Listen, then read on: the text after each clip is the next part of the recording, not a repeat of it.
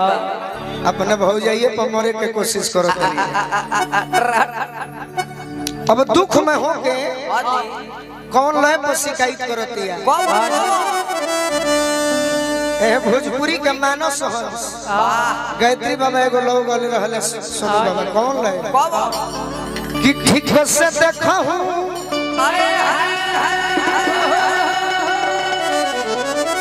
अरे सपनवा न पवनी कि अचके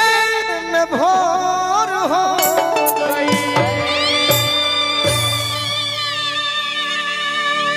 मेहरारू अपना सखी से मिल के कहते कि सखी जानता बड़ी श्रद्धा से अपना पियावा के चैत में बोलौले रहनी है बाकी हमारे कामे लायक ना रह करत बाबा कि सखी